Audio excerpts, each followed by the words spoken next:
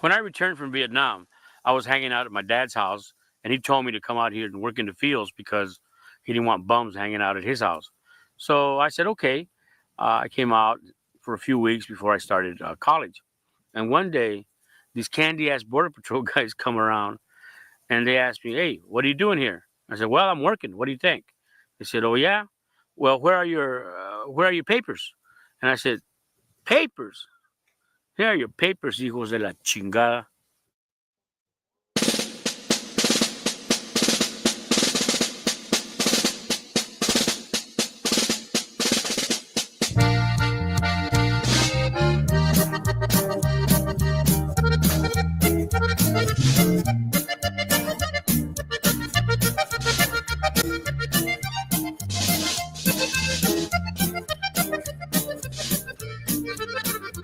I don't like the term Mexican American because they wanted to come out here and work in the cotton fields. They call us Mexicans. As soon as there's a war, all of a sudden we're American. I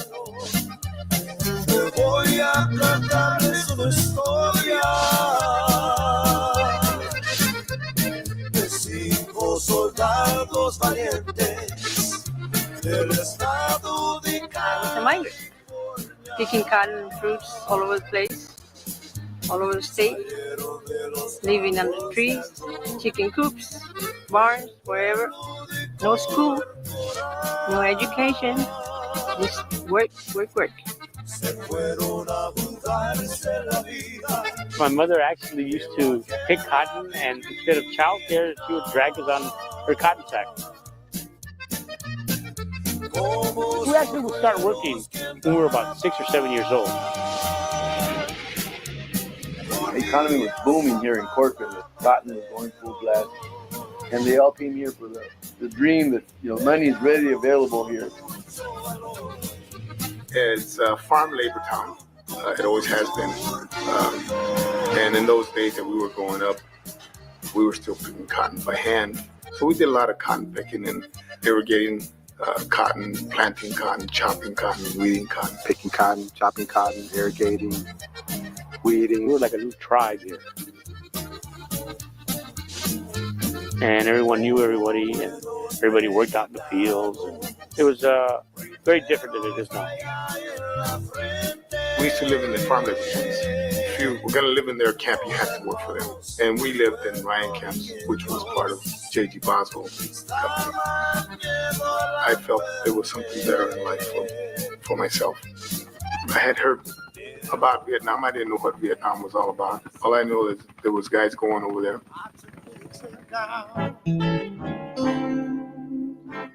Vietnam.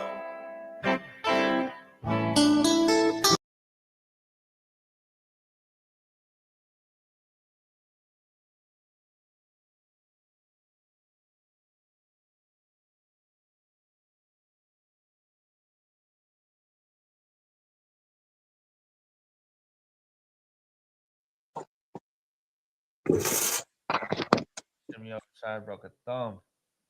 Hey, Hey, Shalom, y'all. Can you hear me? Am I on? Oh, we can hear you. Oh yeah, we can hear you, sir. Okay, hey, Shalom, y'all. Bashim Shabrakata. Officer Kazak 5000 here with the ISUPK. Happy to be back here along with these brothers, man. Most High in Christ, sitting in here today at the Inconvenient Truth. The water to the brothers out there who, got me in here to do this show today, man. Going forward, I know it's going to be a great show. Let's get it going. Hell yeah. What we talking about, Malak? What we got going on? So like your mic cut off. I already know what it is, right? While everything is what the world's just paying attention, America's paying attention right now, so-called Latinos, Mexicanos, what we call ourselves Chicanos, all types of things. We're paying attention, to the elections, right, and how Trump won. We done got overshadowed and forgot the fact that tomorrow is Veterans Day, or Veteranos Day, as they call it. And the sad part about it is, right, that this holiday that's about to happen, you would think the raza would get some respect and some recognition on this day, but all these American holidays remind us of is the state that we're in this country, the second class citizen status that we have in here. That's what days like Veterans Day remind us of. I mean, if anybody wants to take And I'll tell you this too, like America, they don't even honor their own veterans. right, So what makes you think that they're gonna honor Mexican veterans and Central American veterans? And a lot of our people, man, a lot of people we fight in these wars. We done fought in all their wars. Going right, back to World War One, World War Two, Korean War, Vietnam War, every war that they've had, we fought in all of them. right, We sacrifice our lives.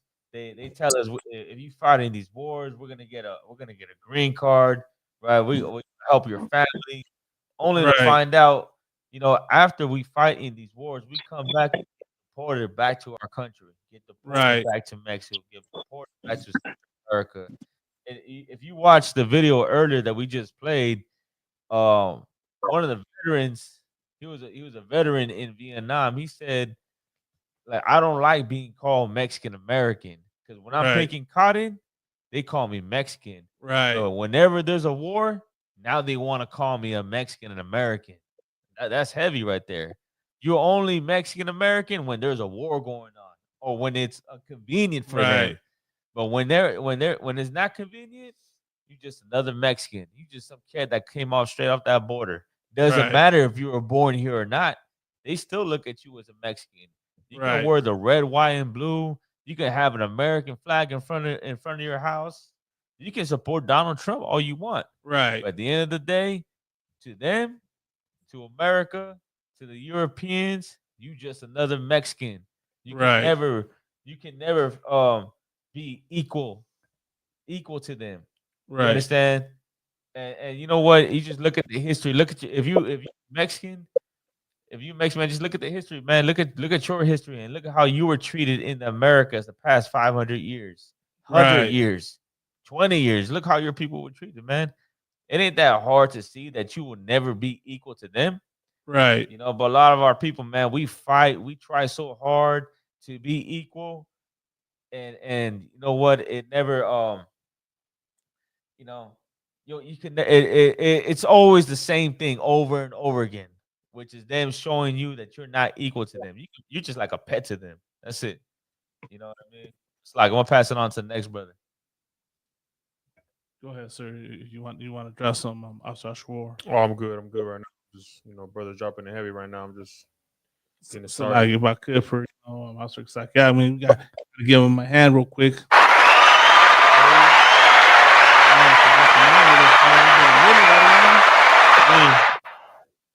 Oh, I'm feeling the crowd now. There you go. I'm feeling the crowd now. I'm feeling there. You know what? I'm gonna jump in. I'm gonna jump in with Lahab. What you guys are talking about. Because one thing, Chicanos, we want to be so American.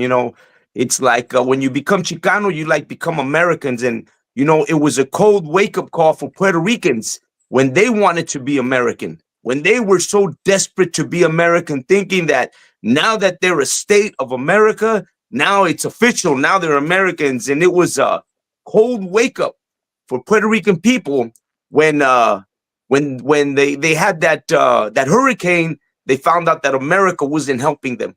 When they found out that America was trying to take their properties, when they found out that America really had no interest in our Boricua brothers, all they had an interest in was taking that property, taking the land, and you know what? Just claiming like they do. The Hawaiians, they're going through the same thing right now with that disaster they had with that fire. America just cares about taking land. At any point in history, even now, that's what it's all about, taking land. They don't give about who's who. But the Hawaiians, they're dealing with their own thing. They're their own people. But us Latinos, Puerto Ricanos, Mexicanos, Salvadoreños, Guatemaltecos, Centroamericanos, nuestra raza, and especially Chicanos, because that's where we're at right now with this whole thing of celebrating tomorrow. The Memorial Day. They want to remember, like Lahab said, they want to remember the soldiers. Well, let me remind Chicanos. And I don't want to go hard on our Chicano brothers because I know, they're trying to do good. They're trying to, that mentality. If I go to war, they're going to accept my people, because that's the mentality. A lot of black brothers, a lot of Chicano brothers, Native American Indian brothers, they're thinking, well, if we help them, then we'll be accepted. And let me be that one that's going to help to be accepted, to accept our people. But the cold truth is we're never going to be accepted. They'll never accept us as Americans. We want to be Americans. Chicanos want to be Americans, but America doesn't love our people. Never has, never will. And just a reminder, when you went out and fought for in World War II, you were coming back to think that you were going to be part of the society again. And in reality, you weren't. You came back to the discrimination. What was that we came back to? Oh, I remember police brutality. That's what we came back to, police brutality. Then you went to Vietnam because you were going to go fight for a war for the freedom or to be accepted. And you came back to what? You came back to the same police brutality, the same discrimination. And just a cold reminder to my raza that the raza that went and fought at the wars, man, you didn't fight for us. You didn't fight for our people. You fought for the white America can send their kids to the best colleges. You fought for white America can have that white picket fence where they can build their homes, their $1 million homes that you don't live in, that you'll never live in. You'll never be part of that society. They got that Bel Air. They got that Beverly Hills. They got these areas that are worth millions of dollars now. And we're facing, a gentrification and forcing us to move out to the desert. But you went and fought for this country. You went to help this country and be part of it. And this country forgot about you and your people. If you're going to celebrate anybody, if you want to bring Memorial Day, if you want to do that, well, how about those brothers in East LA who went and marched, during that war, after that war, for your kids to have an education? Because the guy that went and fought in Vietnam, the guy that went and fought in World War II, World War I, Korean War, they didn't fight for your education. What was that lady's name? Dolores, right? What was that brother's name who got shot in the bar, right? Salazar. You see, those people, they fought for your kids to go to a high school, man, to East LA College, to a secondary college, because they didn't even fight for you to go like to some university. They didn't get you into Cambridge. They didn't get you into, name the colleges, the high-end colleges that Raza never made it to. And then if they did go one or two of them, then they want to claim these that, see, Mexican people, Chicanos did go to that college, but it was 1 in a million. Us, we suffered on the streets of East LA. We went to East LA College. We went to your local college. That was our education. To them, now you got an education because you got to go to that college in your local town, in your local city. As a Chicano, that's all you got. But you know what? Not because the man who went and killed some Vietnamese, or not because some brother who went and shot some Korean or went to World War II. No, he didn't get you that.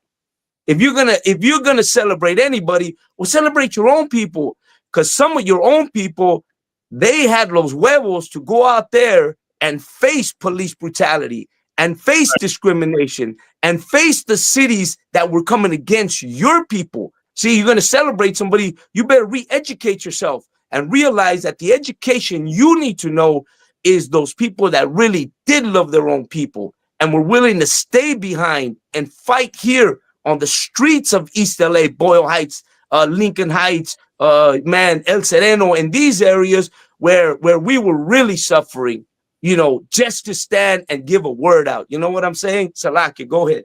Right, good. And I was going to tell you too, like, a lot of our people, we were fools to go fight in those wars. Right. Like you would think that after World War II, and I believe, correct me if I'm wrong, because the Operation Wetback, did that happen after World War II or during or before? Right after that, afterwards, they had the Repatriation Act, the Wetback Act, and the Deportation Act through through Eisenhower. That was an Eisenhower's time that they did all that. So yeah, go ahead. I was gonna say though, like you would think that after that, you would think that okay, no more, we ain't gonna fight in those wars, no more. And then you know what? And after that, we fought in every war after World War II. And they give us that same promise of if you fight in our war, we're gonna help out your family. And we Right. fall for it every time. Right. You know what I'm saying? And what I was gonna what I wanted to talk about is that even during World War II, you had a war in LA, which was with the Zutsu rights. You had the sailors and you had sailors which were white people going into Mexican neighborhoods or LA and beating up Mexicans. You know what I mean? So the point what I'm saying is that like we were never treated well. America never treated us great. You understand? Like it has a history of repeated racism and beating, destroying our culture, beating us on the streets, you know, and Right. showing us that we will never be like them. You understand? And that's what I want. That's what I want to talk about. Just a Hey, little bit on that Zuzu right. That Zuzu right. Of course, we got. I know there's articles to talk about. We probably don't have them now, but later on we'll talk about it. It's like, gosh, what were you gonna say? Yeah, I just want to see if I could send my if I send you a video on Facebook, will you be able to what play it? concert? Yeah, nah, you It's sent to me. funny. I'll It's upload it. it's funny as hell. It's funny as hell, right? But in it's funny as comedy, but it's true, right? I'm gonna send it to you right now. I'm gonna send it to you on Messenger, right? Okay. And basically, man, what I want to touch on what this video is gonna show is it's amazing, even though after all this history of how we fought for America, you understand, we literally bled and our mothers lost their children. You Right. understand? Mothers lost their daughters. Brothers lost limbs. Brothers lost husbands. Not brothers, sisters lost husbands. And yet America did not help us. And yet our people still put their faith in voting. Right. It's like they have us in this trap. They feed us this garbage to keep us like to keep us having hope in them when there is no hope in them. You know what I'm Right. saying? And hold on, let me send it to you real quick. Slagia. Real quick, real quick, real quick. Malagma. I got you right there. I send it to you out. Okay. It's funny as hell, man. Because this is what I'm trying to say. But this brother says it better and it's hilarious. Whoever made this damn video. You know?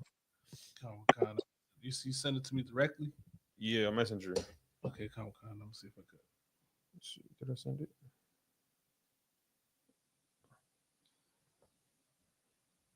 You got it right? Yeah, you want to play that right there. But it's true. It's like when are we gonna learn, man? When are we gonna learn from our mistakes? People who have degrees, our brothers and sisters have degrees. We're intelligent. We're intelligent people. Okay.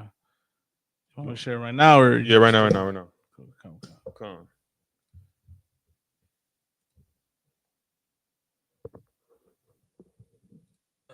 We didn't learn from last time. We didn't. So, we didn't learn. So we didn't learn. We didn't learn from last time. We didn't. So, we didn't learn. Comprehension. We didn't learn. And that's what it is, man. We gotta learn from that. Right. They had our children in these cages, no diapers, same diapers for a whole goddamn week. We drink water out of toilets, eating frozen, uneatable sandwiches. You understand? Right, sir. Like, come on, man. You don't treat the people like that who fought for your country. You understand? Whose land you're on. Right. Who, if it wasn't for us, you wouldn't know what the hell a flosser was. Right. Mint was. If I could add to that too, like a lot of people think that the whole thing of deportation, like they think that's a new thing. They think that's something that's happening in our time, but they've been doing that for the past 100 Right. years, 200 years of deporting Mexicans. Right. You know, from the time that they took the land, they've been sending us back. You know, that's why I was talking about Operation Wetback. Right. I'm not sure how many Mexicans, but it was how much you think it was, because I could buy like It was over a million. And let me tell you something. This is what people don't get, right? Because like we're saying Mexicans, right? But if you really see it clearly in history, we're talking about the Treaty of Hidalgo, which allowed Mexican people to keep their land and stay in this country legally as part of America now. And what they did in the 1940s, which is during that the Repatriation Act, right? What they did was they deported not Mexicans. That's where we're in error. They didn't deport Mexicans. Get it right. They deported Chicanos. They deported Mexican American people, a lot of them who did not speak Spanish anymore. They were straight Chicano people, people born here through the generations of the time of the Treaty of Hidalgo, which is 1800s. You know, you're talking about that era all the way through. You got generations and generations of families that are now growing here in America, so-called America now, and they're not speaking Spanish no more because in their eyes, they're American now. They don't want to speak Spanish. They want to speak only English. And yet, since they look Mexican, that was enough for them to be deported. Over 1 million people deported to places like Central America and Mexico. And these people, when they ended up on the other side of the border, you got to remember, man, that Mexican people and Chicano people were seeing each other different. Like they weren't seeing themselves at the same people. Mexican people were looking at Chicanos like, oh, you guys are pochos, which is a slang word, derogatory word, meaning like you're a wannabe American, but you ain't Mexican. You're not wanted here or there. There's a famous song by Tigres del Norte that ni de aquí ni de allá. You're not even from here and you're not even from there. Like you're in limbo. You're somewhere in between. And so, man, millions of people were dying, right? I know for a fact, right, through if you can look at the history, that they were deporting and sending people back to Mexicali, right? That's a border. And they were dying in the desert of Mexicali because they couldn't go deeper into Mexico and they couldn't come back over here. So they were dying. And if you know Mexicali, man, the heat in Mexicali is ridiculous. Like that's heat. That's like Arizona desert. And families were dying in the desert of Mexicali because they were deported out there. And these are not Mexican people. These are Mexican American people. Man, as Chicanos that you are, you should be like, you know what? They should be paying us for what they did to us. And you know why they did that? This is what's going to get you. Because what they were doing is they were deporting these people who were landowners, who owned homes, who owned properties. And when they took them out, who do you think took those properties? Who do you think took those homes where they were living in? Well, of course, white people took those homes. White people took those properties. That's just what they were doing during 1849 when they had the gold rush era and they got all these Caucasians coming to California, right, for the gold rush. And what did they do? They were hanging Mexicans. Why were they hanging Mexicans? Not because they were doing all this, they're raping. And no, they were hanging them because they were taking their properties. Because if there's nobody to claim that property, well, then who takes it? Well, the white people take that property. And that's exactly what they were doing with the Deportation Act of the 1940s during Eisenhower's time. They were taking our properties by deporting us. And they knew what they were doing. They knew we didn't speak no Spanish. They knew that we were straight Chicanos. And on the Treaty of Hidalgo, it stated that we were able to keep our property, keep our language, keep everything we own. And with that, you should know that that treaty is null and void. That's no longer valid. If this is a land that lives by laws, then guess what? You guys broke that treaty, broke that law. And that means that this whole country is now in limbo with your laws. Because now that means that Mexican people, we should own our land already. We should be taking all this back because you, just the way you broke the treaties with the Native American Indians, you broke the treaties with us. And this is our land that you're standing on. So really, anybody should be deported? Should be these white people being deported. But I want to add one more thing before I pass it on. Our biggest enemy is our own Mexican people. Because if you look at right now what's happening with this whole thing of Donald Trump, oh, you trying to speak? No. Like I was trying to give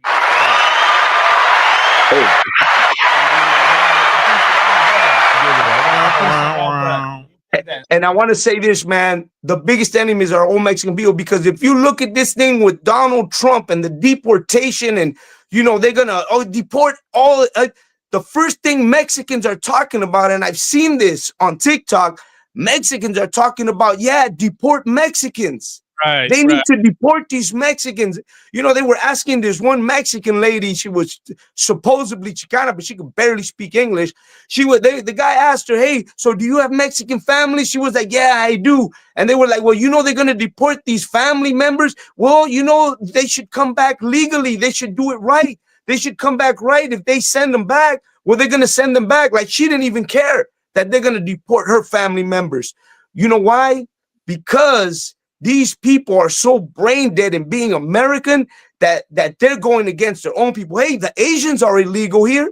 Armenians are illegal here. Africans, Indians, man, there's probably a million more different illegal Chinese than there is Mexicans. They bring them in those crates.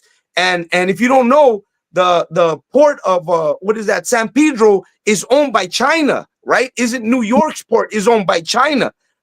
So they have the little thing where they bring in workers to America through their system. You know what I mean? And so if we're going to send anybody back as Mexicans, we should be like, hey, well, aren't you going to send the Chinese back? Aren't you going to send the Africans back or the Armenians back or these other people?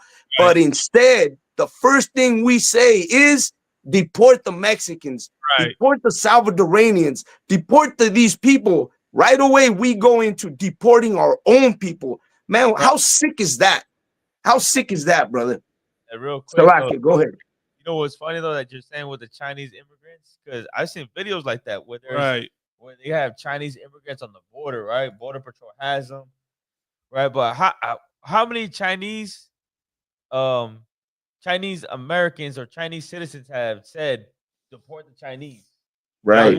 You don't see Not that. one. You don't ever see Chinese people beefing it with other Chinese. Right. Look, they're ruining it for us. Right. They don't have their green card.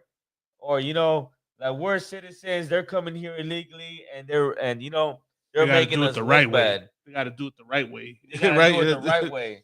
But Mexicans, they do that. So when you said that a Mexican's biggest enemy is another Mexican, that's absolutely true because we hate on each other. The ones that are born over here, not even the ones that are born over here, Slaki. The ones that come over here, the Mexicans that come here, legally, get their citizenship, get their green card, start hating on the ones that are illegal. Right. And those are the ones that become Donald Trump supporters, wear the red, white, and blue, and they forget about the whole thing, of being Mexican and coming from Mexico. And they take on the pride of being American. Right. You know what I mean? Like, you think that white people look at you any different because you got a green card and you became a citizen? Nope. You barely speak any English, and it's like they laugh at us. We're like a laughing stock to white folks because we hate on each other and we do with each other. It's like entertaining to them to see us fight with each other. That's the whole thing. If I could, sir, just real quick to add to what you and Officer Kazaki are bringing out, right? I got footage of the Chinese crossing the border. That's one, right? But the whole thing, right, about us being against our own, right, and when it comes to quote unquote illegal immigration, these other groups don't, this oppressor put it to where we're like that towards each other because that's out here in the United States. will hate on the raza in Mexico. The raza in Mexico will hate on the raza in the United States. Right. We done let an imaginary line make us think that we're two different people, you know, because that's what we've been taught, right? We've been taught to forget our identity. Meanwhile, you don't see that. You don't, like you said, you do not see Chinese Americans hating on the Chinese. You do not see Afghan Americans hating on the Afghans. Every other nation does not do that, but us. We do that because we just, you know, we suffer. What's that called? From that crabs in the barrel mentality, where Like my bad. Go ahead, go ahead. But You good good, answer, sir? sir. Real quick. And also too, man, like, cause I was in a touch on what Malakma touched on, and it's like I think that is done that's done to us intentionally, you know, to Right. come against, like you said, to come against each other. You know what I'm saying? Because Latinos, blacks, and natives, we're the people that they can bully and push around Right. and play with and entertain themselves with. They can't do that with the Chinese because they know who they are. They have a government. They can do that with the Arabs. They can do that with Armenians. They have their own. They're a stable race. You understand? I honestly think like this, you know, all this politics stuff about who's going to run for president, the red and the blue, it wouldn't be as big if it wasn't for Latinos and blacks. Right. Who else is going to do what Megan Thee Stallion did? Who else is going to do what John Legend did and all these people did Right. after the damn votes? You ain't finna see no Asian up there shaking their behind. Right. They're not destroyed like us. You know what I'm saying? Right. That's heavy. You got that, sir. Because they wouldn't do anything for money, you know. And you know what? I want to add something real quick. You know, just to clear up a little smoke there, because people might think that we're really like anti, you know, Mexican and Chicano and this and that. But you know, I'm gonna say that in this time, you know, things have changed a lot because you got a lot of Chicanos here, a lot of people raised, born here in America that are proud of their Mexican heritage. You know, they're proud to be from Sinaloa, from Michoacan, from Jalisco, from Zacatecas. You know, they're proud. They drive around with Mexican flags, and you know, on their trucks they put, you know, their little sticker of where they're coming from. You know, the homeland, if you want to call it. You know, so there's a lot of us that are proud of where we came from. You know, and it's something that has grown on us throughout the generations. I grew up in, you know, in the 80s, 70s, and back then a lot of people were really anti being Mexican. You know, they were like, nah, I'm from here, bro. I'm from Texas. I'm from, you know, wherever, and nothing wrong with that. But now we see a lot more pride in being from Mexico. You know what I mean? As to where before, and kind of like what you see sometimes is that a lot of the Mexican people that come here and become citizens, those are the ones that are really speaking up about, oh, you know, they should go back and this and that. Because I run into a lot of racia that's from here, and they're cool about it. They're like, yeah, man, you know, we came here like that, you know, because you know how we are from the streets. That little gangster shit comes out of you, you know. Yeah, you know, always against you know, the government type mentality. You know, we're against that. Kind of like one of the things about Mexicans, and I think this is what America fears the most about Hispanic, Latinos, Puerto Ricanos, is that one thing for sure is that we won't give up our culture. That's damn sure. Like Mexicans, man, Chicanos, we don't give up our culture. We actually create cultures around our Mexican culture that we say are our own. That's ours. That's our pride. Chicano pride, the lowrider, the way you know, the murals, the music, you know, all this Chicano slang. That's our pride. That's what we have, and that's ours to hold.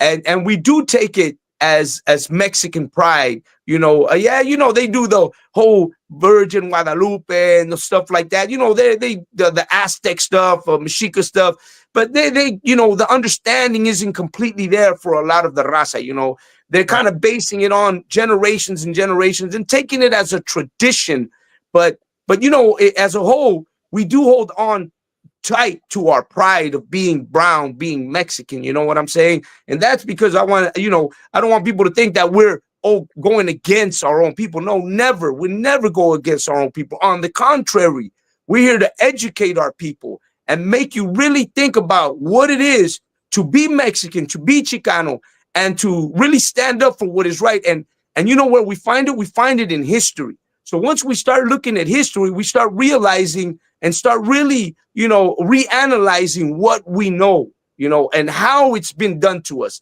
And with that, we begin to re-educate ourselves, not for us, but for the generations coming behind us, that they might be educated in a smarter, more intelligent way, and not the way we were, because we went to a school that brainwashed us. We went to an education system that told us Columbus discovered America, that told us that, America is great, that told us that, you can be an American. No, let's be real about it. We can never be these things. These things aren't part of us.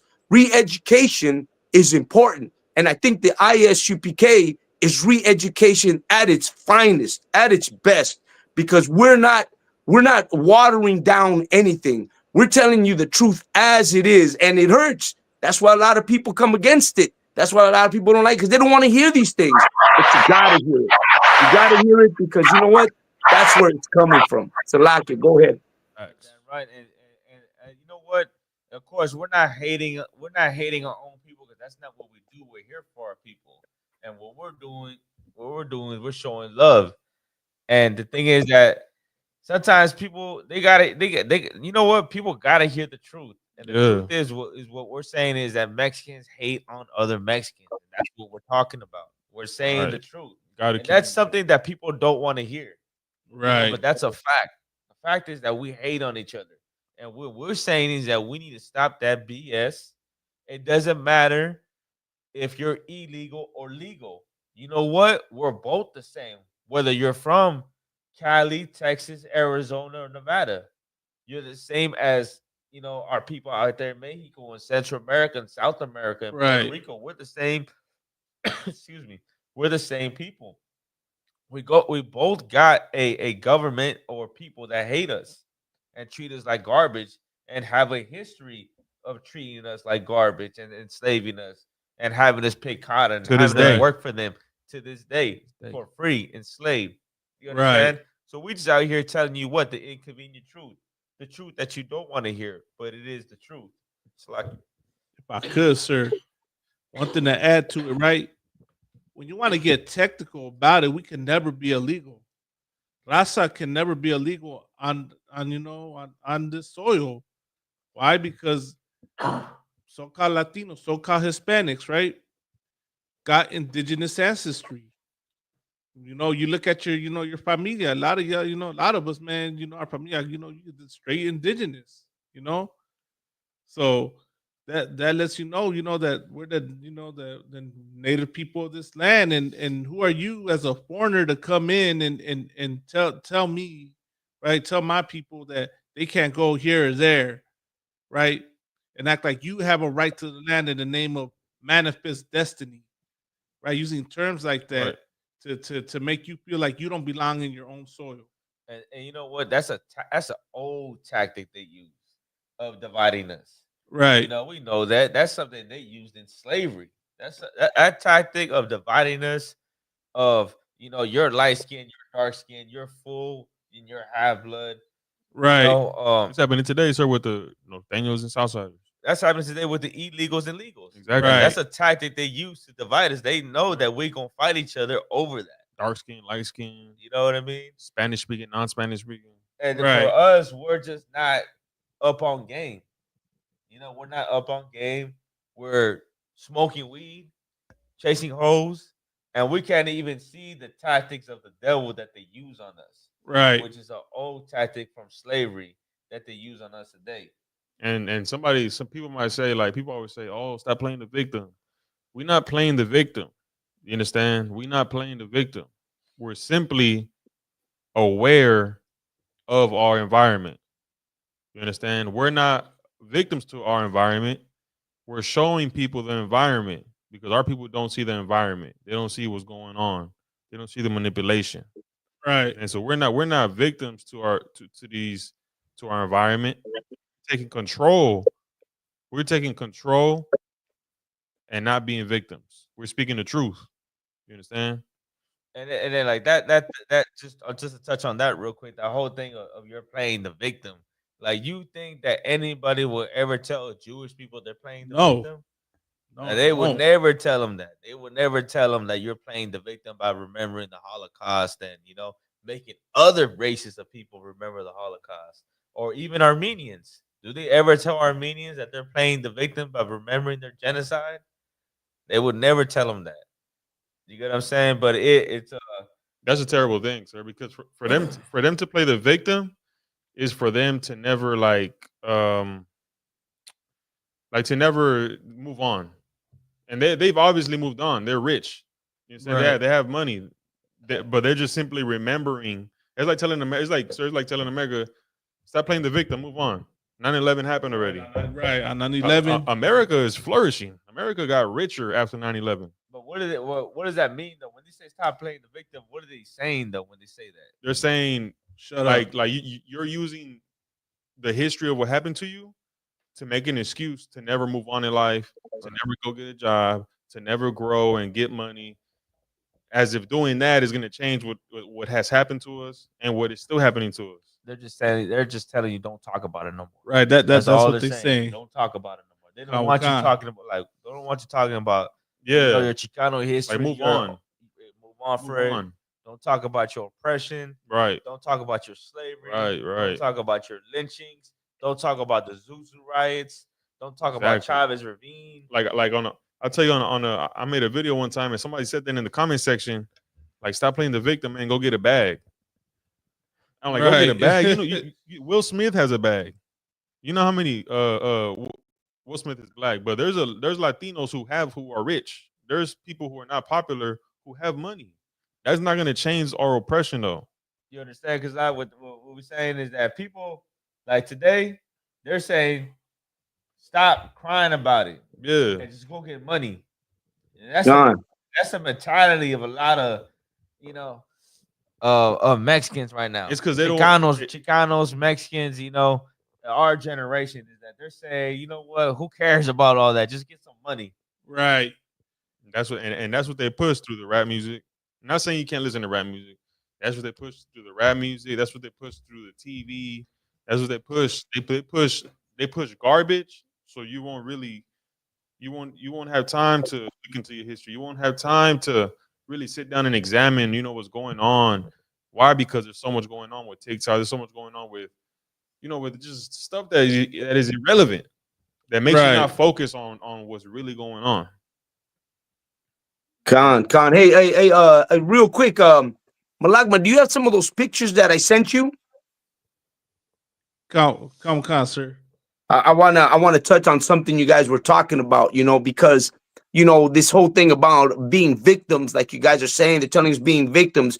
Forget about the past, like Officer Oscar War is talking about. They're telling us that we're stuck.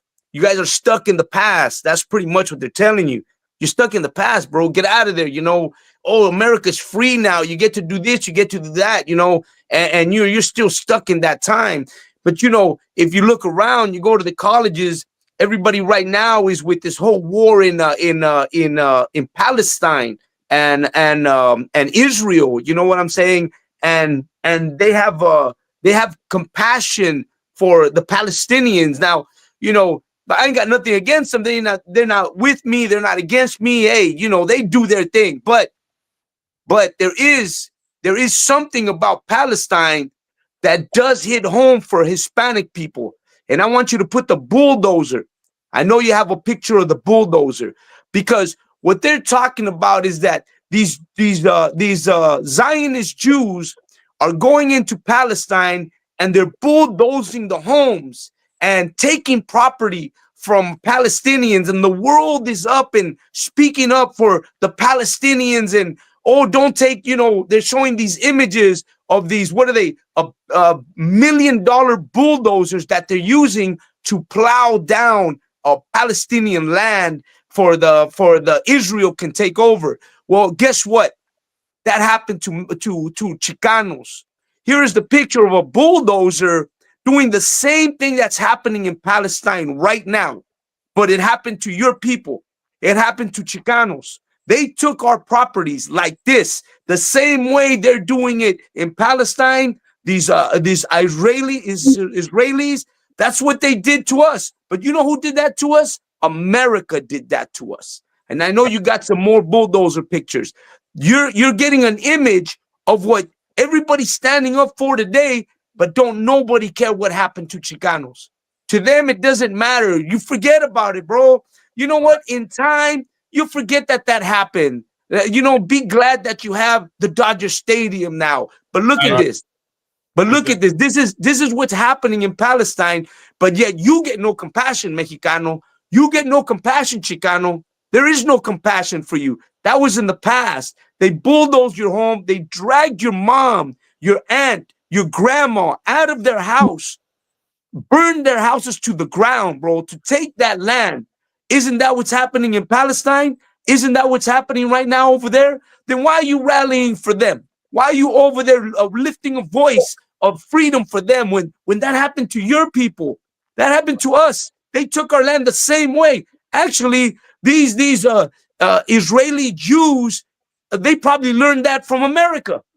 They were like, oh, that's a great idea. Let's bulldoze people's neighborhoods and just take their land. Well, that's a great thing to show America. America's so great. It's such a great country. What is it? They're so equal rights and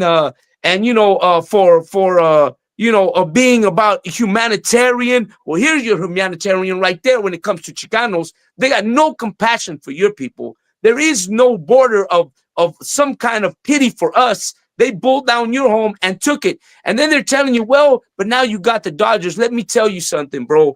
I don't think you know about Jorge Pascual. Jorge Pascual, right? Jorge Pascual was a Mexican millionaire, right? And what Pascual did is he integrated back in the I believe 30s or 40s. He integrated black and Hispanics into baseball in Mexico. He opened the door for black people to be able to play baseball. If you look at the history of George Pascual, you'll find out that the Major League Baseball in Mexico was the first one to allow black people to play in their leagues. And they opened that door that now America is claiming. Mexico did that for blacks. Well, wait a minute. But Mexico also abolished black slavery back in the time when our second president, slipped my mind his name, but Guerrero, right? Guerrero, when he abolished slavery, well, he helped black people too. Mexico did that there. And then you're talking about 1930s and 40s when this guy, George Pascual, this Mexican millionaire, says, man, you know what? Black people should be able to play baseball. And he did the same thing for the baseball here in Mexico. So if anything, Mexicans have helped black people for the longest time. We've always been there toe to toe, always looking after the black brothers. And you should look up the history of George Pascual, because you know what? If you're going to celebrate a memorial, if you're going to set up a memorial day for anybody, set it for Mexicans. You know why? Because the raza has always helped everybody. As a matter of fact, Mexico is known to be one of the countries that everybody loves. The Chinese, the Russians, man, Hitler said, Mexico, man, I'm willing to give you back all of the land that America took from you and give it back to you. So Germany was with us. You know what I'm saying? You name it, man. Everybody sees Mexico as a great people. When you talk about Mexican people, you're talking about a people that show nothing but love. People that have gone to Mexico have left and been like, man, that's probably the greatest country in the world. They show so much love to people when you're there. It's such a good vibe that, you know what, it's worth always going back. And you know what, I'll tell you something. Me as a Mexican, my home is just like that. Brothers come to my home and it's their home, because I'm taught as raza, as Mexican, that spirit is always on us. That's why when Cortez came to Mexico, they opened a red carpet for him. When these conquistadores came to Mexico, they opened a red carpet for them, man, because we don't think about who it is. We just like to show people a lot of love. You know what I mean? But this is the price that we pay for learning to love our enemy. This is the price we pay. So, Lucky, go ahead. No, that's absolutely right. That's absolutely right. Because like, we're showing love to the wrong people, and then we're showing hate to the wrong people. You get what I mean? So like what you're saying was correct. Like we're showing love to our oppressors. We show love to the Spaniards. We show love to Chinese and Indians because right now there's a lot of Chinese in Mexico, right?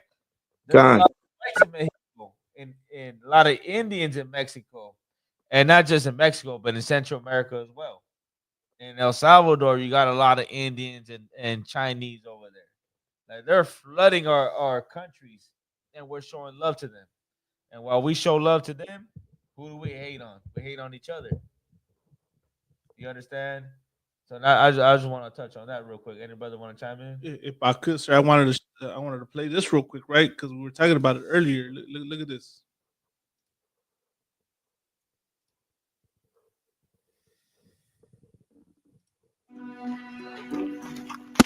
A long line of Chinese migrants make their way to the U.S. through its border with Mexico. They've arrived after a treacherous journey through a route in Panama that has become increasingly popular. 我很开心，我来到了美国，这是我梦想中最喜欢的国家。我们一路上面一路过来，都是爬山涉水，什么东西都做过了。 These migrants first flew to Ecuador, where Chinese nationals can enter visa-free. They then cross into Panama and make the dangerous trek through the Darien Gap jungle.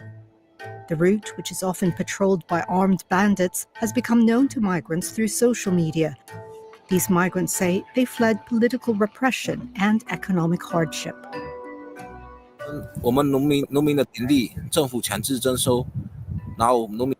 I just had to stop that real quick, right? Had to stop that real quick. You see how they talk about it. Like they're escaping, like they're escaping economic hardship. They're not once did the news call them rapists or criminals. Right. Not once did Donald Trump say, "Oh, we're getting invaded by the Chinese." Or did they say go back to your shithole country? Right. No, they never told them that. You didn't hear Kamala Harris saying, "Hey, don't come to this country." But they said that about Raza. They said that about us. And you know what? I'm going to add this to it real quick, right? Because what you're seeing here is propaganda, right? And this propaganda for these Chinese people is being formatted with a song in the background for you to feel sentiment for these people, for you to feel sad for these people. That little song that's being played is your first emotion that you get is what you're hearing.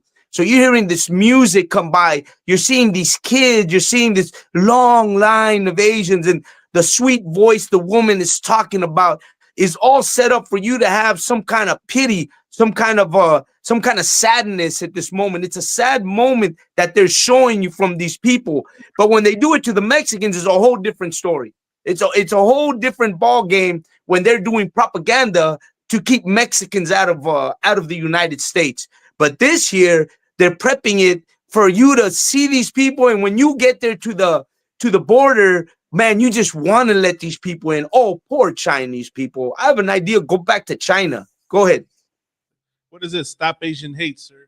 That's stop it. Yeah. Well, stop before you come to the border. Try that. I'm gonna add. In the 1930s, I believe it was, or 1920s, in Mexicali and all of Mexico, there was a deportation of Chinese that took place in Mexico. This is real famous. You can look it up. It was an all-out war against Chinese, Asians, because the Asians had moved into Mexico and they were taking over all kinds of property, all kinds of everything. And it became ridiculous, the war that was going on between Chinese and Hispanic people, Mexican people. And I got first story from it because my mom lived through it, and she told me that story because I'm always asking questions. My mom told me that story. She told me how they couldn't even walk in front of the Chinese people's homes because they would come out and push them off the sidewalks because they didn't want them even crossing in front of their homes. These are the Chinese. And then the president of Mexico, I don't recall which president it was, but something worth looking into. the president was like, you know what, we're not going to have this no more. And they took all the properties from the Chinese. Apart from taking the properties from the Chinese, they booted them out of Mexicali, out of Mexico, out of the States, and pushed them to come to the United States. I believe that's when you started seeing the railroads, the Chinese at the railroads here. People think that the Chinese were coming from China to America through the New York port, but that's not all true. A lot of these Chinese were being thrown out of Mexico, and they were forced to come to the United States because they didn't want them in Mexico no more because they became a nuisance. Go ahead. And it's funny that that's what's happening today too with the white folks. You know how like it's getting expensive in America with inflation and everything like that. And now you got a lot of white folks moving out of America. Right. Speaking on California, moving out of California and then going to Tijuana, or some of them are moving into DF, right, Mexico City, and they're doing the same exact thing over there. They don't want no Mexicans playing music out there in Mexico City. No Mexican music. They want you like away from them. You know, they want to be on top of the hotel and then you at the bottom. Then they're building their little Starbucks and their cafes and things like that. And I believe rent is going up in Mexico City because you got a lot of white folks moving out there. You know, and so it's kind of like when we're talking about history repeating itself. You had the Chinese doing it at first, and now you got white folks doing it right now. You can just look that up. You know, it's not too hard to find. Con. You know, we live in the time of the internet. You need to find something. You know, it's what is it's easy to get history. You know, right now because it's out there. Right now, it's free for you to find the real history. If you don't know this history, it's because you're actually ignoring and you just want to go with the norm, whatever you believe, whatever they tell you. Man, it's time to start opening up. It's time to start reading. It's time to start looking at the history and really understanding, you know, what your people went through and who you really are. Because, you know, as we say in the ISUPK, man, Blacks, Hispanics, Native American Indians, we're the greatest people on the face of this earth. Right. No, absolutely. I don't get why Mexicans, I don't know why the government of Mexico, they don't deport white people. Like, why is that not a thing? No. You know, that, and imagine the outcry of white Americans if they were being deported back to America. Like, they're trying to escape inflation, trying to escape paying a high rent, you know. And imagine if Mexico deported them back. It'd be a whole, you know, it'd be all over the news. Like, how dare they deport us? You know what? You got to think about it. Look, Mexican people from El Salvador, well, people from El Salvador, Guatemala, Honduras, they're fleeing a war. They're fleeing a revolution. They're fleeing a situation that America put them in by putting their governments in power and their corrupt politicians and starting a war in those countries to destabilize those countries, right? And they're fleeing because they're trying to flee war and they're coming to America to work. Let me tell you something. White people are fleeing America because they don't want to work, because they want to go to Mexico, live on their, what is that? On their retirement fund and just fucking chill out and just sit there and at the beaches and be all calm. And they don't want to work. The laziest people on earth are trying to go back to Mexico and do nothing and retire. We don't need you to retire. You know what I'm saying? They need to go back to America and rough it out. They started this. They should keep it there. You know what I mean? Right. Because like, what's that resort that just got hit by a hurricane? They got Cancun and Cancun and what is that? There was a couple of them. Yeah, Cancun was one of them though. Acapulco. Those all got hit by the storm. Yeah, exactly. Tikal got hit. But there's Quintana Roo. Quintana Roo is another famous for another real favorite for white folks is Quintana Roo. Acapulco, real famous. Cabo San Lucas, real famous for white folks. They love those spots, bro. One of those city state just got hit really bad by a hurricane. Meaning like that is there's no coming back from that. Like all those hotels, that whole resort got destroyed. Like the Lord done destroyed that whole city. God. And you know, it's a horrible thing. But That's where all the white folks are going. And God. they try to escape inflation. Went to Mexico, thinking that everything's gonna be fine. They're gonna sit at a resort, hotel, drink lemonade, tea, and be racist all they want. And little did they know that they were gonna get hit by a hurricane, and now they gotta do what? They gotta move again somewhere else. Right. You know. Later on, we'll pull the footage of that as well. You know, just so you can see. But there is no coming back from that. You gotta see what happened out there. You know, that whole place just got wiped out, destroyed. Right, sir. God. And you guys were talking about Trump and Kamala Harris and the whole thing earlier, and a lot of Hispanic people, Chicano people, they're like about the vote now. That we're gonna vote, and this and that. They want to be part of the vote. They want to be American, right? But you really got to think about it, man. You really got to think about it. America, they implemented governments into Latin America, all of Latin America, all of it. We saw what happened with Hugo Chavez during his time in the 1990s, when America was, hard up on taking Hugo Chavez out of office, because they wanted to destabilize that country, just the way they've done all the countries in Latin America, Bolivia, Argentina, all these countries implemented by American governments into these countries. And they did it by putting, of course, we know the School of the Americas, where they train these government officials to go in and overthrow Latin American governments and placing theirs in. So, you got to think about it. Common sense. If they destroy the governments in every other country to bring in their form of democracy into those countries, what they consider democracy, well, you know what? They started that here in America.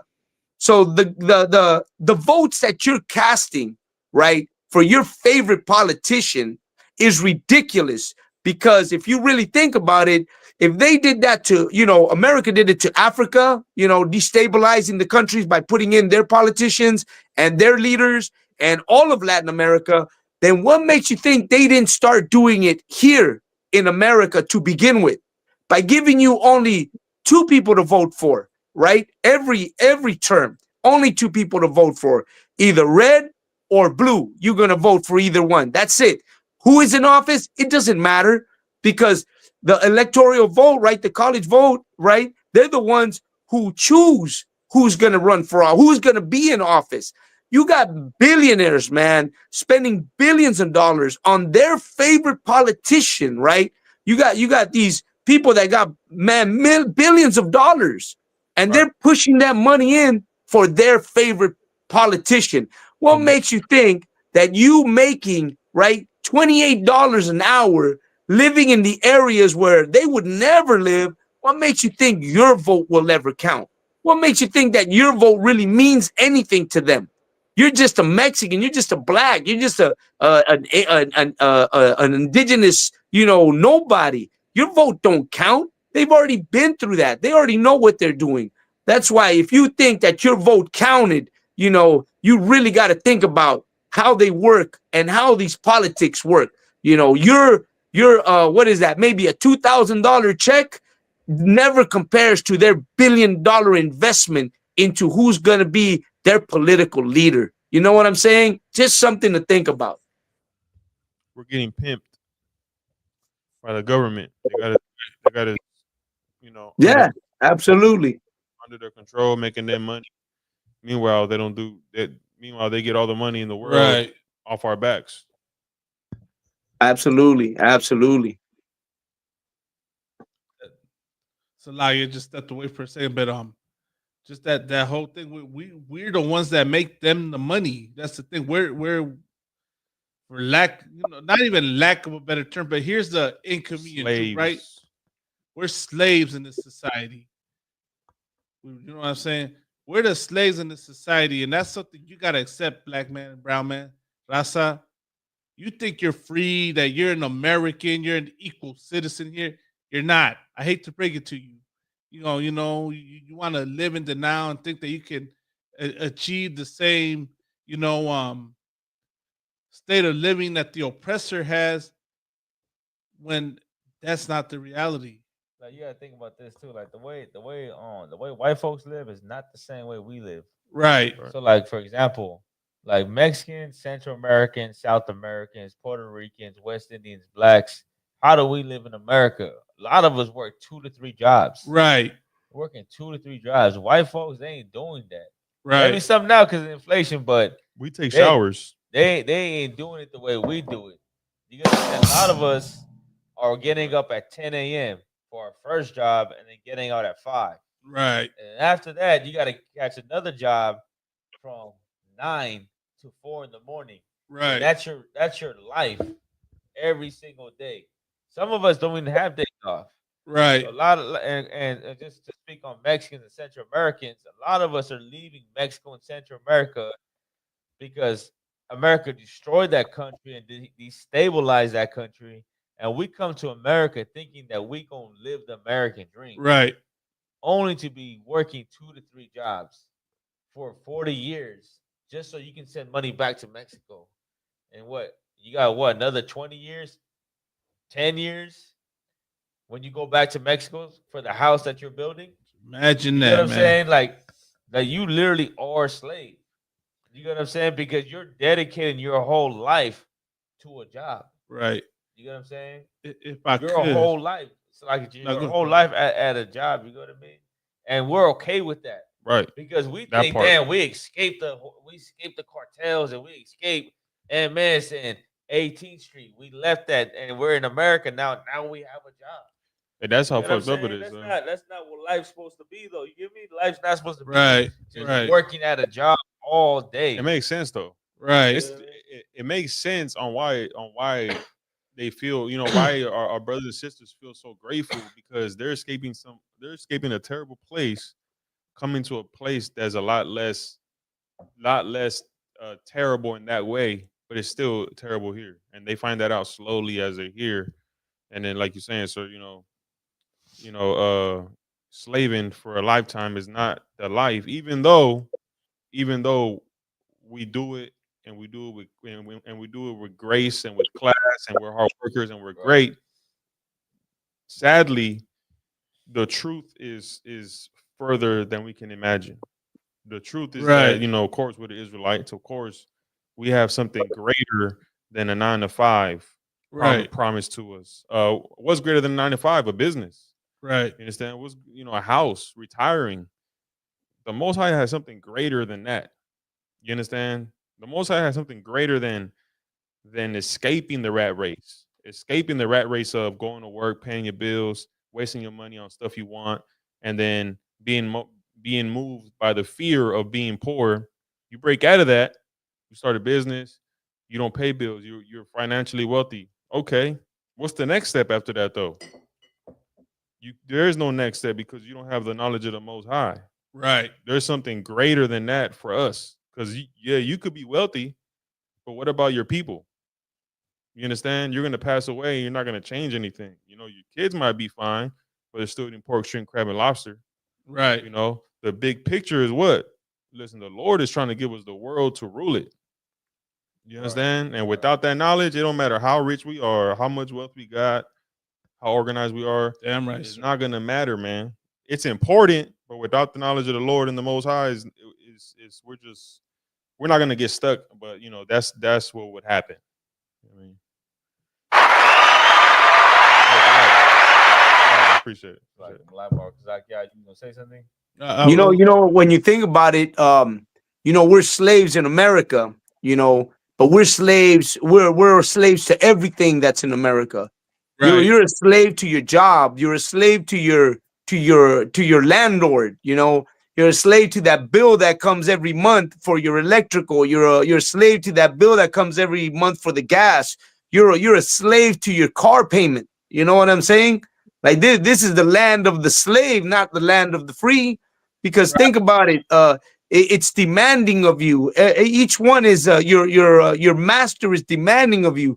Your master, your rent guy, if you don't pay that rent this month, you're gonna be hiding because you don't got the rent. You know what I'm saying? You're going to be like, man, I don't have the rent this month. That's your master right there. And he's going to be on you. He's going to throw you out of the house, put you on the street. If you don't pay your electric bill, you're on the same boat. Your water bill, you're on the same boat. You better have money to buy groceries, and you got to go to work, and you better not be 2 minutes late. Well, 3 minutes late, because you're going to get checked once, you're going to get checked twice, and then the third time you're going to find yourself looking for another job. You're a slave to even that. So you're a slave to everything in America. You're a slave. This is not no land of no free. This is the land of the slave, because everything that we got to deal with, it all coincides with the same thing. You better have that money, or else you're going to be put out on the street. And then you got family. So now you're dealing with, I have to do this because I got family. People think that America is free. But what happens is that we're getting the perspective of what we've been told. A lot of people who live out of America look at us and they're like, man, you guys, I can't believe you guys live like that. There's a lot of people in Mexico that live very good. They buy their homes and that home is theirs. They're not paying like we do here. Their home, once they buy it, that's their home. You know what I'm saying? It's done. That's why a lot of Mexican people come to America, build their homes in Mexico, and then they're like, I'm out of here. I'm going to go live in Mexico. I just built my house out there. We got an in-law, my in-law, you know, my wife's sister, her husband built his house in Mexico. And it's beautiful. He shows me pictures. Hey, look at the house. You know, this is your house whenever you want to come over. You know, come over to the house in Michoacan. Beautiful house. And he's like, bro, I paid it off already. I already made it. It's already done. I'm just waiting to retire for the kids. The only reason he's here is because he has kids. And he knows the kids don't want to go to Mexico. They don't want to leave America. They want to stay here. So you're being born into a chain of slavery. That's what happens with our kids. We don't want to leave here. We want to stay here. We're stuck to America. And it's not because it's great. It's because we've been poisoned with the whole propaganda of how great America is. And we can't see how bad it is. That's why when you hear these Mexican people talking about, you know, oh, deport our own Mexican people, is because they've been poisoned with that same propaganda that it's been being spilled into their ear continually, and they're believing it. And they look at Mexico as the worst place on earth. But let me tell you something, Mexico is going to go through turmoil. It's going to be pain. But once it passes that, Mexico will be a great country to live in. It'll be a place where a lot of people, and a lot of white people know that already. This is a great country that's being changed, and everything has its time. America had its time when Al Capone and all the Chicago and the Italians were shooting up the streets of America. You know, they were having, what is that, battles in the middle of the street. You know what I'm saying? There's a song, The Night Chicago Died. It's all about that. That song is all about that. It's all about when Chicago was being a war zone, when America was a war zone, Miami, a war zone, New York, a war zone, but it got past that and it became, you know, a more livable place. And that's what's happening in Mexico. Yeah, we got a war zone, but you know what? Once we pass that, Mexico is going to be a great place to live. And they're not going to be like the American laws. They're going to be a little bit different. Right. You know why? Because I think UBK said it very well. One day we're going to look back and we're going to be like, I can't believe that I used to live in that country. I can't believe that I accepted the way America was. I can't believe that I actually sided with a nation so wicked, so evil, that I was actually part of that. And one day we'll wake up and we'll realize that this place is not the greatest place on earth. So, like, go ahead. I was add. What was I gonna add? I forgot my train of thought. What was the initial topic? Veterans Day. Veterans Day concert. Okay. Yeah, if you think about it, this all has to do with veterans, because the only reason that we celebrate them is because we think that they did something great for us. We think that veterans actually contributed to you know, when you talk to a vet, right? We've experienced it. We talk to a vet, and the first thing they tell you is, I fought for your freedom. I fought for your kids to go to school. I fought for you could be free. But in whose perspective is that freedom really, coming from? That's why I said, people out of this country are seeing this country and like, you guys aren't really free. You guys are these people that went and fought in Vietnam and Korea and all that. They lost the Vietnam War. So where was that freedom at? Why'd you die for that? You know what I'm saying? Right. There are a lot of Mexicans that do believe that though. It's funny that like when it comes to like other races of people, they know that this is not a free country. Right. They Obviously. like they understand on what's going on in America.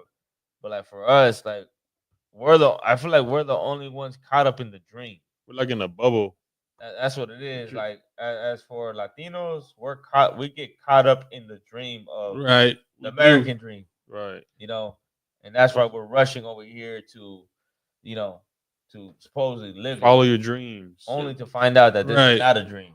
It's an illusion. You can be an illusion. Yeah. But I did want to touch on this too, like just a little sidebar. Like, of course, a lot of our people, Mexicanos and Central Americans, Salvadoreños, Guatemalans, they're leaving they leave their country because it's destroyed by America. They come over here, they live their life, they work in slavery. All of them are hardworking, and some of them are, a lot of them are really humble, and we learn from them. Those that are born here, we learn from them. You get what I'm saying? They're giving us the in and outs in the kitchen, construction. Right. You get me? And they work that job like it's nothing, because they just left the country that was horrible. They come over here, they're over here making these jobs look easy. Right. You get what I mean? A lot of us, you're born over here, man. We gotta like I said, just break that barrier of not wanting to be around our own people.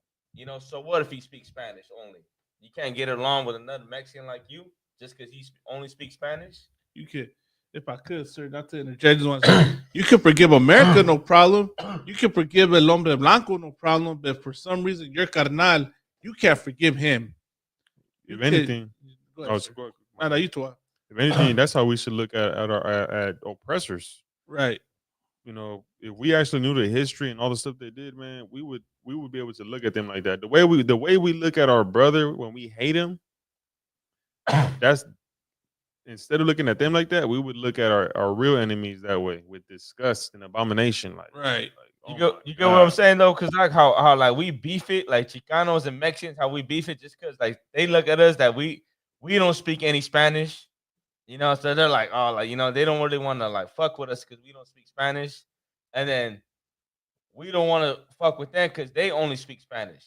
So there's like a beef. You get what I'm saying? But we both got the same problems. We're both at the slavery together. And we should both be looking at each other like, damn, like, you know what? Let's find a way to get along and talk to each other and work things out. And bond and bond with each other. The only thing that's gonna break that, sir, is aggressive brotherhood. Right. And of course, straight too, up. a lot of times what we end up doing is getting a case of beer. You know what, Lahab, I'm gonna jump in real quick with what you're saying, because I think when you really think about it, and I know a lot of brothers watching right now are probably like, these guys right here, of course they're not thinking straight. But I'm gonna tell you something. La Raza Mexicana, they come to work in America, and you know what? They bring that spirit with them of hard work. And what they do to us, right, is remind us what great workers we really are. And since we're brought up in America, we don't realize the potential that we have to be great workers. We're caught up with this whole thing of being educated into not being labored. You know what they say at work? Work smart, not hard, right? But that's like when they say work smart, not hard, they're talking about, hey, make sure that you're the guy grabbing the paper and pencil and telling everybody else what to do. That's their idea of work smart, not hard. But you know what? Mexican people, we work hard. And doing labor, nothing wrong with doing labor. Nothing wrong with, being in the kitchen or laying cement or putting up drywall or framing or doing anything like that. Ain't nothing wrong with that. You know what I'm saying? Because for everybody, there's something. Some people are they have the knack for that. Let me tell you something. They talk about, work smart, not hard. Oh, because that guy doesn't want to put up drywall. Because the guy that wants to work smart doesn't want to lay the cement. Because the guy that wants to work smart, not hard, doesn't want to install the tires. The guy that works smart, not hard, doesn't want to, do the woodwork frame or anything like that. He wants to be a supervisor. He wants to be the guy that tells you what to do and just stand around and manage and manage. Oh, that's the smart guy. That guy makes more money than you. But without you, he ain't building a goddamn thing. He ain't making a home. He ain't making cement. He ain't laying anything. He ain't laying a foundation. These guys don't do anything without the Mexican people that work hard. We're the hands of this nation. We're the working hands of this nation. Somos la mano de obra for this nation. We're the ones who built this nation. When they say, well, in Egypt, the aliens built the pyramids. But in Mexico, Mexicans built those goddamn pyramids. We're the ones who built them because we still building to this day.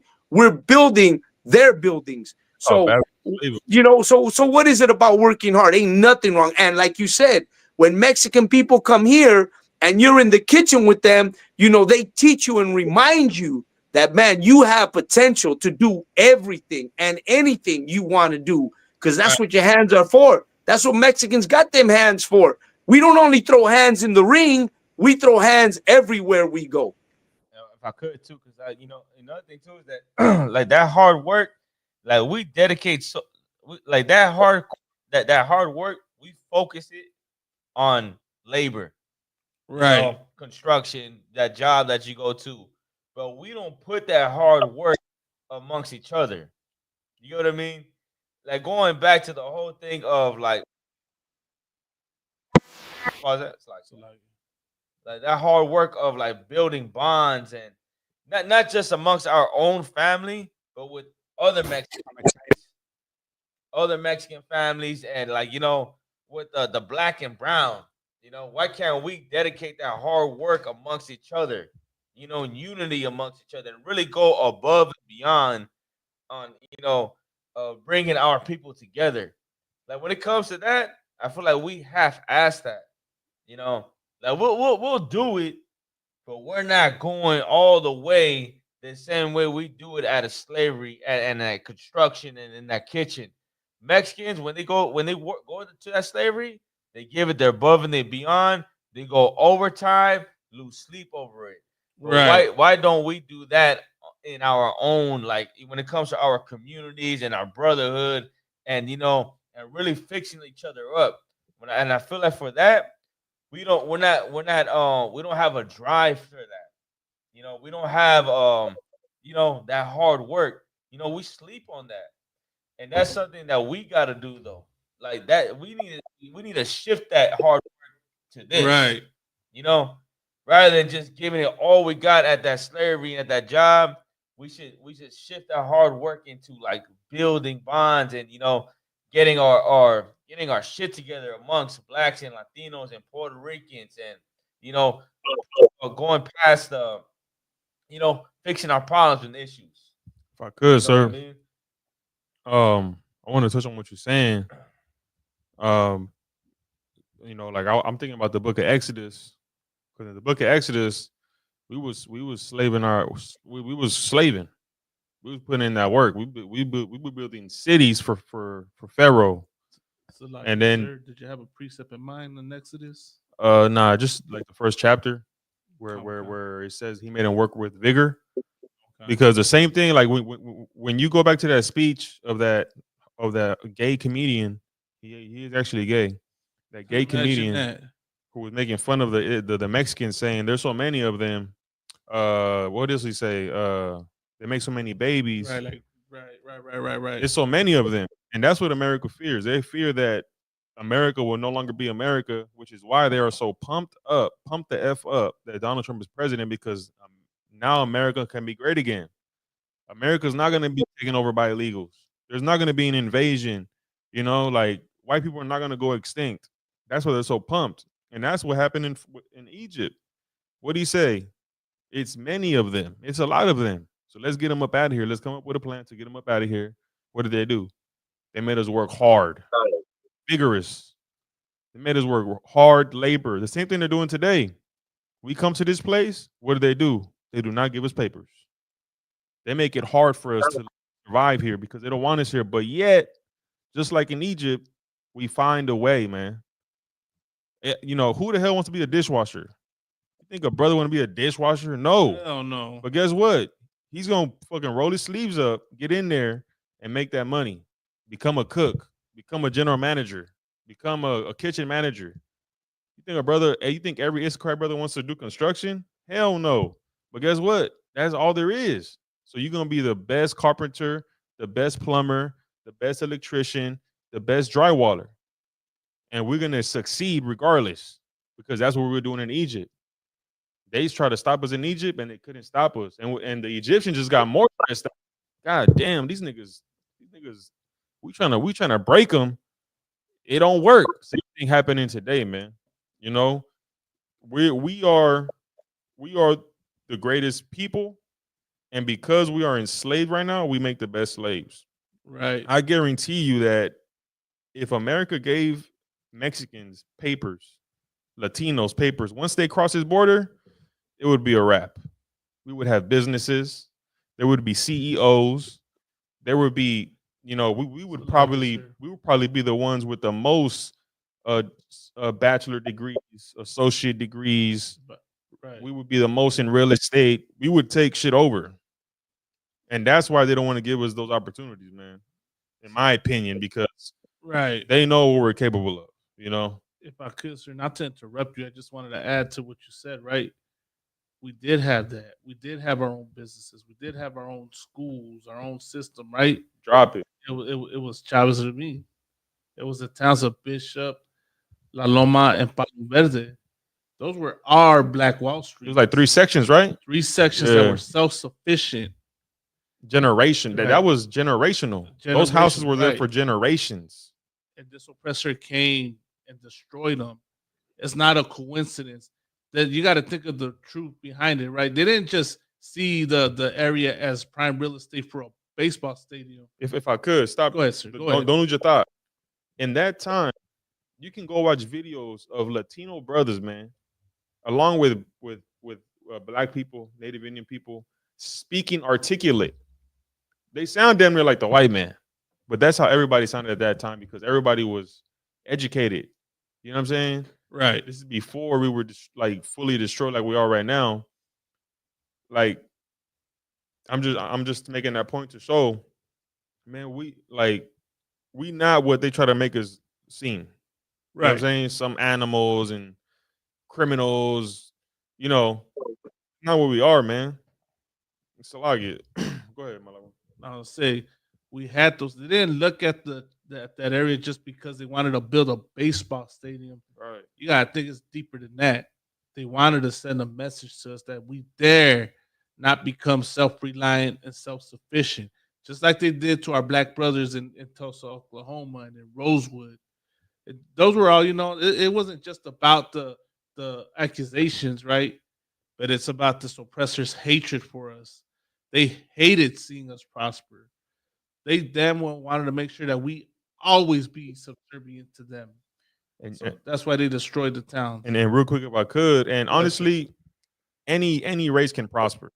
Because you see it happening. Chinese are prospering. The Chinese people building goddamn robots. Right. You know, they're making amazing things. They're making amazing phones. Right. You know? But why do they not want us to prosper? Because we're different. Eventually, we will find out that we are God's people. If they weren't doing this stuff, right? Eventually, some Israelite brother would read the Bible and understand it. He'll have enough leisure time to read the Bible, do his history, and guess what? Eventually, we'll find out. Damn, we the Israelites, right? And they don't want that. They do not want that. Any other nation can prosper and whatever, but they could never reach the level of making contact with the Most High.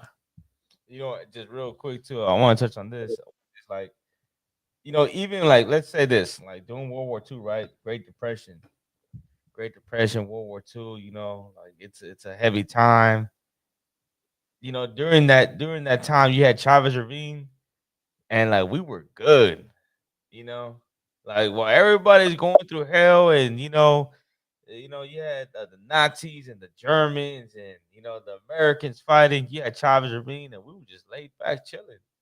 You know, we had our neighborhoods, we had our families, we were good. And I think, you know, is that white folks can't stand to see us living right while they're Right. suffering. Right. That's really what it goes down to, which is when they're in poverty, they ain't got no food, they ain't got no water, you know, and they're just, you know, going through hell. And they see us over there playing. It's like with the goddamn They're- COVID-19. they're- They were they're- stressed out. We was chilling in the house. We were hanging out, we was chilling, we had our neighborhoods, you know. It was kind of We're just living life, and they Right. can't stand to see us living life. And so what they do, they got like, man, we gotta stop this right. It's their fault. You know, Right. they get angry at that. They literally get angry at seeing us live and be cool about it, you know. And while they're what, hanging themselves, committing suicide, overdosing, fighting each other, killing each other, you know, we don't do that. Like, you know what I'm saying? We learned to do that from them, but before that, like, we was cool. COVID-19 happened, and they got mad because of the damn McChicken or some menu on McDonald's not able to be served because of COVID-19. Imagine that. They had a tantrum over that. It's like, I think, because yeah, you want to say something? No, no, I'm just listening, man. But you know what? Absolutely, you guys are hitting a good point. You know, with this whole thing, because you know, we got to really wake up and see that, you know, we're really the victims here. You know, it doesn't sound like it, but we're the victims here. We've always been victims to all this that's going on. You know what I mean? And yeah, absolutely. You know, what you're touching on is a good point. Hopefully, you know, the problem with a lot of Hispanics is that, or Latinos or Chicanos, is that, you know, they're petty, man. These people are petty. You know, we're talking all this stuff, we're mentioning all these things, and you always have these brothers that'll find petty shit to pinpoint on us. You know what I mean?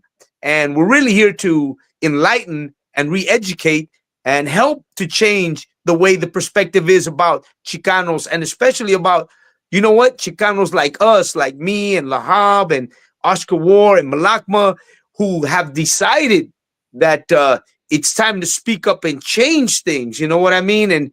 And this is it. This is a like a new revolution where re-education and speech and speaking up on what's the reality of things in history is where it's really going to make a change for everybody. And we ain't here to change these petty fools that are looking at the podcast and picking and scrubbing at this and that, and, you know, you guys are this, and, you know, a lot of the Chicanos that, you know, oh, the blacks and this. No, we're actually not after people like that. We're after re-educating a generation who's gonna come up and be like, you know what, you guys are absolutely right. You know what, history has told the story and holds the real stories of what happened to us. And just like we started pointing out at the beginning, you know, we're talking about the bulldozing of our you know, Dodger Stadium, what it used to be, and you know, the deportation and all this that we're talking about. This is an effort, and this is a means of re-education for a generation that needs to stand up, so that there can be some change, and so there can be a step into the right direction, and that we can, you know, really get people to really start coming in and being like, hey, you know what are you guys talking about? Because we don't hear it anywhere. And this is where you're going to hear it. You know, this is where it's at. When we talk about Mexicans are hard workers, like we're talking about now, yeah, we are. And we should know that there ain't no shame in working hard. There ain't no shame in getting that. We don't have to be like our counterpart, because if we want to be like them, then you might as well be oppressive like they're oppressive. You might as well be hateful like they're hateful to your own people, you know, and that's not what we're trying to do here. What we're trying to do is make it clear, you know, it's time for change, and the change we're looking for is in our voice and in our spirits and what we're going to do here. You know, the Lord made us to be able to speak up at a certain time when the time was right, so that we can wake up our people, wake up Israel, wake up the tribes that are out there, those that are lost, and for them to wake up in a manner where they start to realize that, you know what, this is necessary. to bring the end. And this is what it is. This is why we speak. This is the flag we're waving. The one that says, hey, you know what? Lend an ear because this is important in this time, because it's time to wake up to this. You know what I mean? If I could, sir, I have a precept right here ready. You know, this is Romans 13 and 11. And that, knowing the time, that now it is high time to awake out of sleep. For now is our salvation nearer than when we believe. Absolutely. And you know what? We're the ones bringing that salvation, because there is a precept that says that in the land of our captivity, we will wake up again. Judah will wake up, and we'll wake up, and we'll wake up the rest of our people that are here. And there's a perfect time that's moving forward to this moment where we begin to collect more of our people, and we begin to do more of the work, and we begin to speak up and join podcasts, because this is the message right here. This is where it's coming out of. You don't have to gather at a church or raise up in arms and march. No way, man. This is where it's at right here. This message that's being broadcasted through our internet is where it's coming from. It's where that time is going, where we're going to be like, hey, listen to this, listen to these voices. These are the voices that are going to bring us together and raise up the Lord's army, which is going to be necessary for that time. You know what I'm saying? Facts.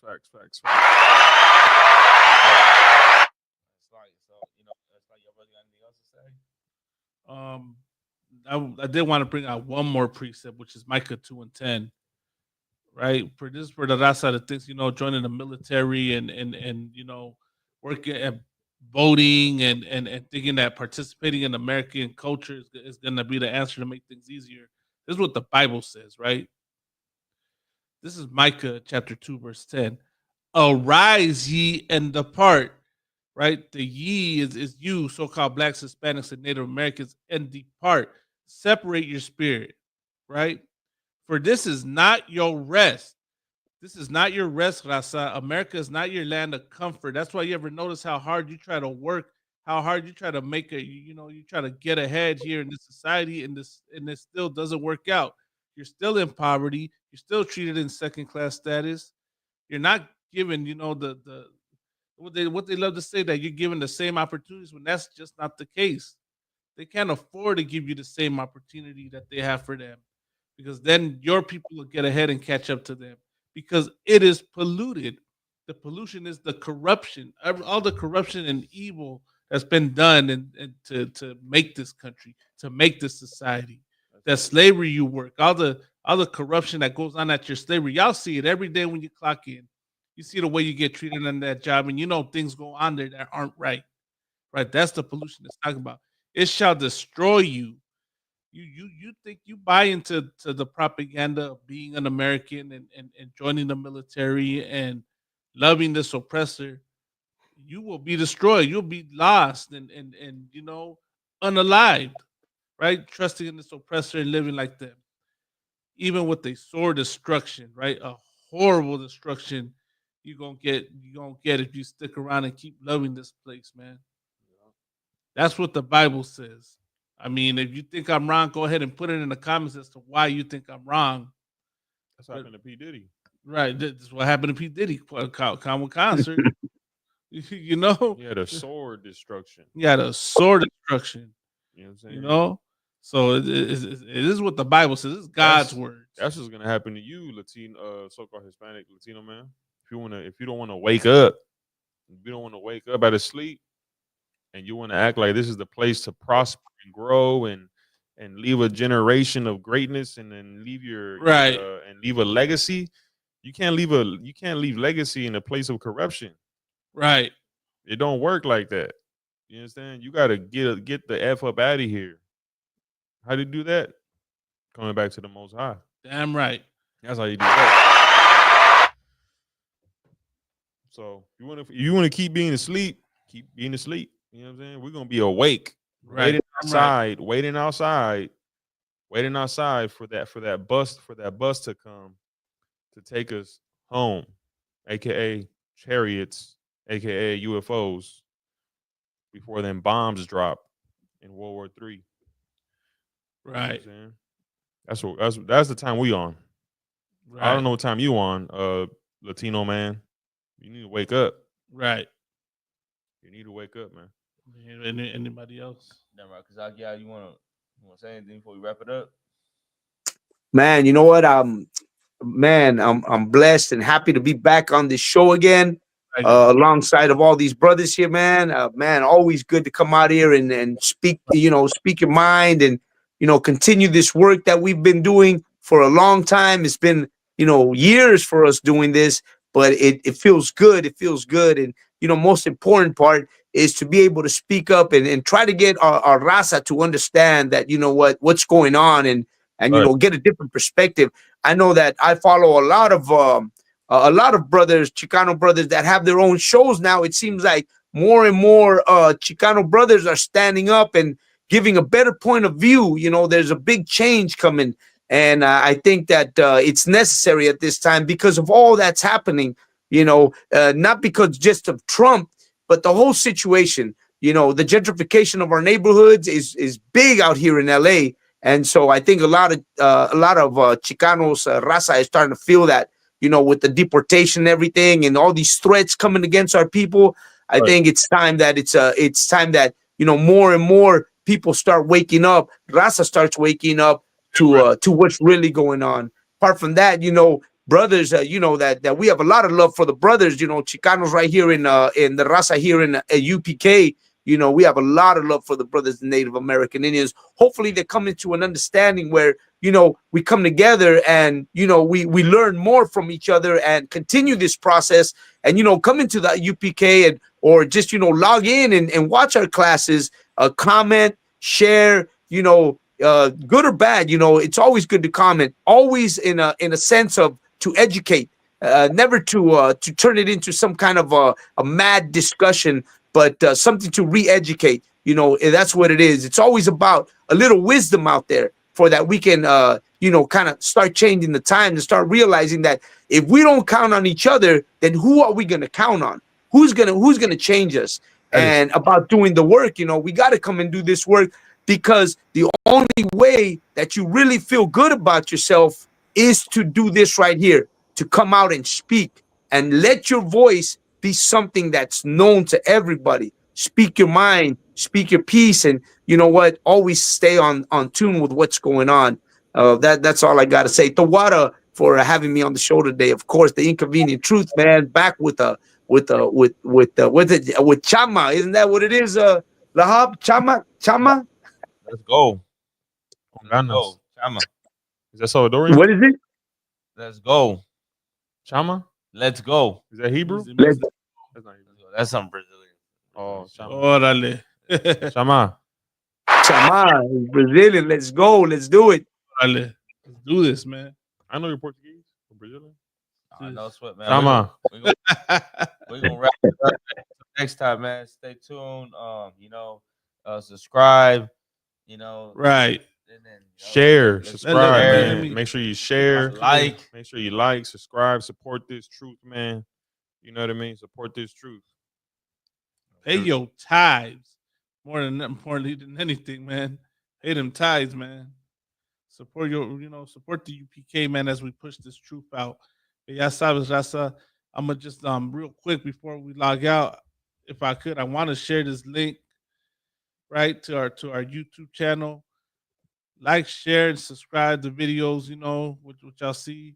And go, y'all more than welcome to comment. Let me shout out everyone in the chat that is tuning in, who we got up in here. We got Halak, we got Matamyad, we had young man Dennis, Natazak, who's this? Anakwadam. Man, hey, shout out to all y'all, man, out there tuning in, man. Keep tuning in. Y'all more than welcome to, to comment. You got questions, go ahead and ask your questions. Denny. Yeah, the young man Dennis. Oh, You know what I Dennis, mean? my bad. You know what I'm saying? Like subscribe, man, and tune in, man, and keep, spread the truth, man.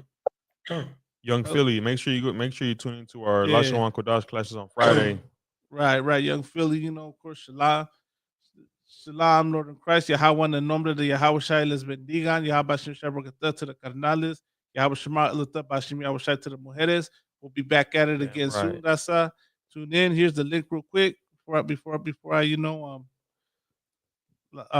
log up out of here. That's the channel right there. Copy that, subscribe, paste, and subscribe, man. Follow. Like the video, man. Thumb up the video, man, so we can get that algorithm going. Damn right. So with that, we'll be back at it again next time soon. Órale, raza. Shalom. Órale. Shalom, Lord in Christ. Goes out with a song. I wrote that R. Let's see. Close out with the intro.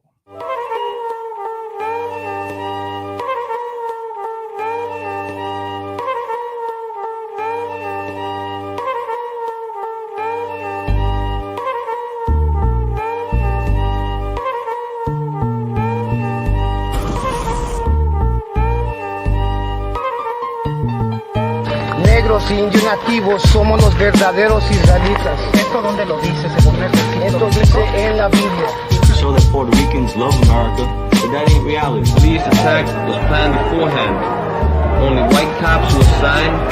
Then our only recourse is to defend ourselves. We tried to move people onto the sidewalk, but the police were all out for blood. Another series of protests was staged by thousands of students, parents, and the Brown Berets. In June 1968, the group that had become known as the East LA 13 was released on bail. Demonstrate to our people and we deserve better and that we could, get better. I don't think there's ever been a time when we need more of the spirit of the young lords than today. I guess we had no fear. We just did what we thought at the time was the right thing to do.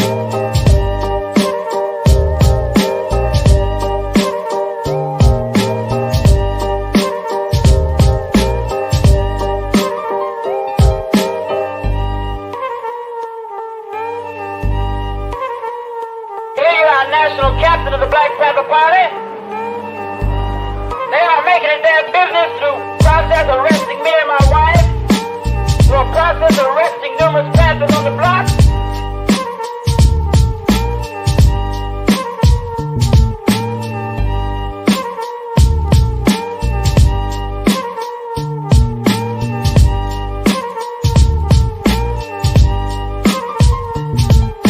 Police just went in and started beating them viciously.